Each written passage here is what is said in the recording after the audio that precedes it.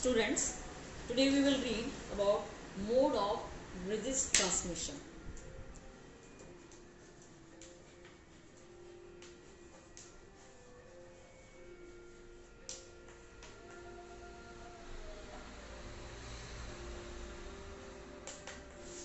Now, mode of disease transmission. Infectious diseases can be transmitted from an infected person to a healthy person in different ways. Since these diseases can be transmitted or communicated from person to person, so they are called as communicable diseases, which we have discussed in the last class. Now, there are two different modes of transmission of infectious agents that are responsible for infectious diseases. That is direct transmission and indirect transmission. So, one is direct and one is indirect transmission. Now, in this direct contact, diseases like chickenpox, smallpox, measles spread through direct contact with an infected person. An intimate physical contact or the sexual act results in the transmission of sexually transmitted diseases like syphilis and AIDS. Now, these diseases do not spread through casual physical contact, such as handshaking, hugging, or playing sports or any other way. Now, AIDS virus also spread during blood transmission from an infected person through sex and through the fluid contact also. So, AIDS can be transmitted from an infected mother to her baby during pregnancy and to breastfeeding also.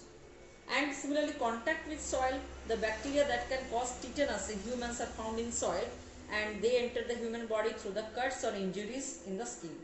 Through animal bites also, like rabies, rabid dogs and monkeys spread rabies virus through their bites and cause rabies. So, through direct contact, then contact with soil, then through animal bites, then so direct contact, it is coming through soil, then animal bites. So AIDS is an example of direct contact also. AIDS disease. Animal bites, rabies virus. That will come on examples. Now, in indirect transmission, that is through vector. So, here in indirect, what is responsible? That is vector is responsible. And who are the vectors? These are the carriers of infectious agents. And these animals act as intermediaries or vectors. They carry the disease and transmit pathogen from an infected person to a susceptible host. Mosquitoes and flies are the common potent vectors of some pathogens. So, who are the vectors? These are mostly mosquitoes and flies. So, mosquitoes and flies are the vectors. Female Anopheles mosquito act as a vector and transmit malaria causing pathogen. Plasmodium into the host body. Culex mosquito act as vector in case of filariasis or elephantiasis. Housefly is the vector of diarrhea, typhoid, cholera, and many species of mosquito like female mosquito require highly nutritious food in the form of blood to lay mature eggs. So, when it bites an infected person, it sucks the blood along with the infectious agents and transmits the infection to a healthy person through the bite. Similarly, indirect transmission through air also it can happen through contaminated food and water and through. So, there are indirect contact can happen through vector as well as that is through air. Okay, and then contaminated food and water. Contaminated food and water. So, which diseases are spreading through vector? And that is malaria and then typhoid, cholera, diarrhea, all these things. And through air, this occurs through sneezing, coughing by an infected person that result in the discharge of small droplets carrying pathogens. And the respiratory droplets can easily spread infection like cough and cold, cough, tuberculosis, COVID-19.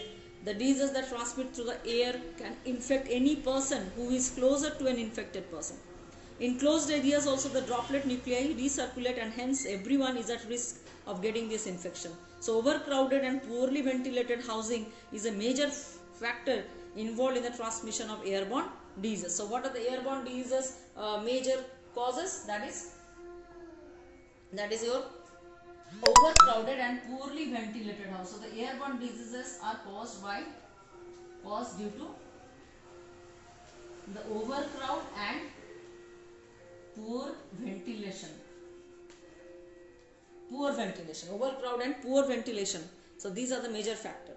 Now through contaminated food and water, food items and water easily get infected with germs. Ingestion of contaminated food and water often causes infectious disease. Now insects such as flies and cockroaches are responsible for this foodborne illness. Flies spread disease causing germ from the contaminated body surface into the food and that are kept open, and such food as this consumption causes foodborne diseases and food poisoning. Some diseases like cholera, diarrhea and hepatitis A. So these are foodborne diseases. And similarly, so all these are that we have discussed what are the modes of transmission of diseases. That means the diseases that transmit from one person to another person. So that can be like if a infected person and healthy person, if you will draw,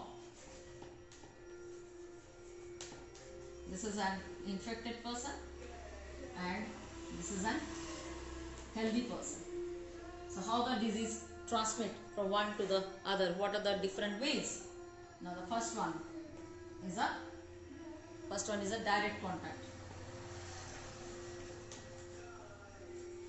That is, maybe the handshaking is the way.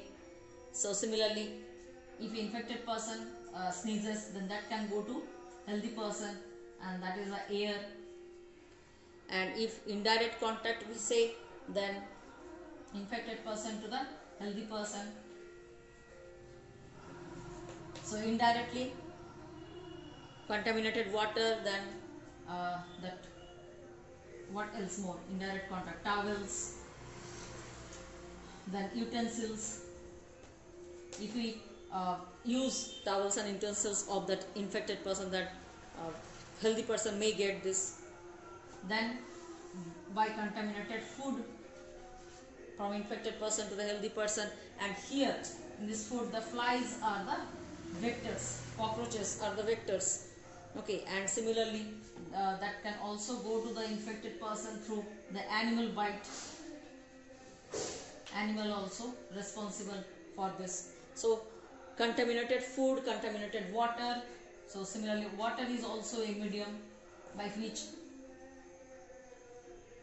the germs migrate from infected person to the healthy person. So lots of means of spread are there which describes that disease is transmitted from one person to another person. So thank you very much. Read NCERT thoroughly.